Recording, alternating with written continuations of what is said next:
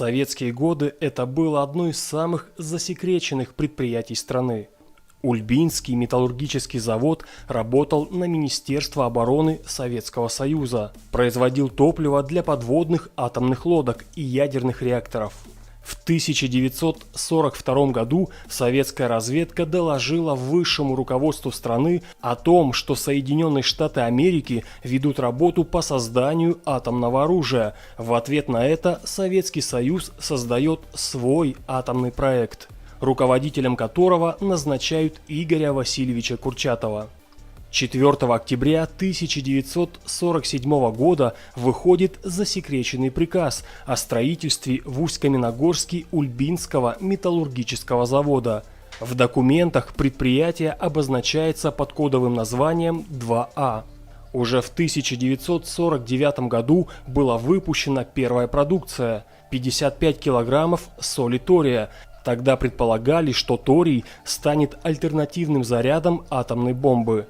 В целях секретности металл торий обозначали в документах как БЖ-9.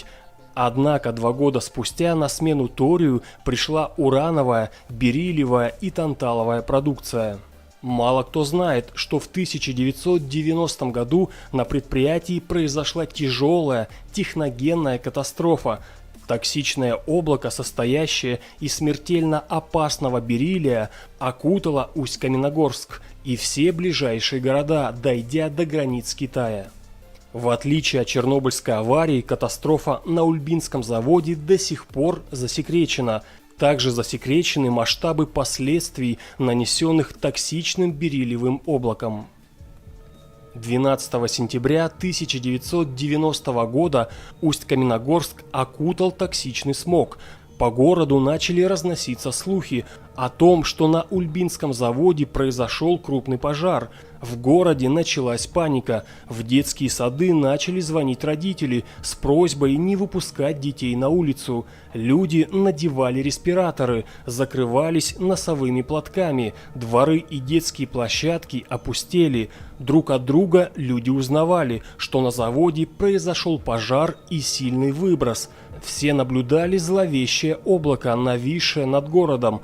Однако само руководство города хранило молчание.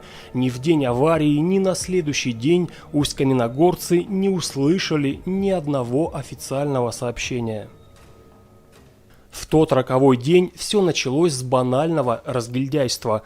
Сварщик, не согласовав свои действия, приступил к проведению огневых работ. Искры начали попадать в вентиляционный подвал, в котором скопилось огромное количество бериллиевой пыли. В цехе начинается пожар. Вода, которой пытались погасить пламя, спровоцировала выделение водорода. Затем последовал взрыв, который поднял в небо несколько тонн токсичной пыли. В 10 часов 20 минут в пожарную часть номер 1 поступает сообщение о возгорании на Ульбинском заводе. На место ЧП отправляется дежурный караул, состоящий из 2 отделений. Прибывшие пожарные видят, что в складе готовой продукции взрывной волной выбиты стеклоблоки, а также происходит горение воздуховодов и технологического оборудования. Ворота секретного предприятия были открыты. Через проходную, закрыв лица платками, выбегали люди. Те, кто был в курсе происходящего, в этот же день уезжали из города. В тот момент, когда пожарные начинают разворачивать оборудование, происходит второй взрыв на участке мокрого помола бериллия. На место происшествия приезжают еще несколько пожарных отделений. Военные оцепляют место пожара, солдатам выдают респираторы «Лепесток», однако через 2 минуты они становятся черными. Уже потом станет известно, что превышение по бериллию было в 14 тысяч раз больше допустимых концентраций. У пожарных обрывается радиосвязь из-за того, что в воздухе плотной стеной висит металл. По воспоминаниям пожарных из всего заводского штаба пожаротушения, в который входили руководители всех служб, начальник гражданской обороны, главный физик, главный инженер, главный конструктор, с пожарными остались только 3 человек: директор завода, начальник и энергетик цеха. Остальные, покинув предприятие, скрылись в неизвестном направлении. В 10 часов 35 минут происходит 3-й взрыв. Ударной волной в здании номер 662 разрушаются перегородки и воздуховоды. Происходит еще один выброс бериллиевой пыли. Здание охватывает огнем. Пожарные понимают, что по вентиляционному коробу огонь может перейти на здание 615. После того, как были локализованы очаги возгорания, в здании 662 происходит мощный взрыв в соседнем корпусе, в помещении фильтров грубой очистки. В атмосферу снова поднимается огромное облако бериллия. Создается реальная угроза перехода огня на соседние корпуса. Спустя 15 часов огонь на предприятии был ликвидирован. В тушении очагов пожара принимало участие 127 работников пожарной охраны Усть-Каменогорского гарнизона, 21 единица спецтехники. На следующий день после ликвидации аварии пожарные машины отмывали по несколько раз. Однако санитарные службы, сделав пробы, обнаружили превышение по бериллию в 3000 раз. В крови и волосах самих пожарных концентрация бериллия превышала больше 2000 раз допустимых норм. Из Москвы прилетел профессор Дичев, который сначала осматривал по одному каждого участника ликвидации аварии.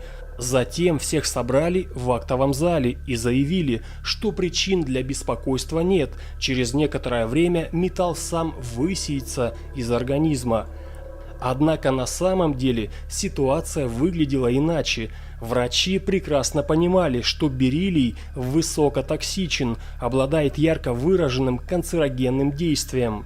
Вдыхание атмосферного воздуха, содержащего бериллий, приводит к тяжелому заболеванию органов дыхания – бериллиозу.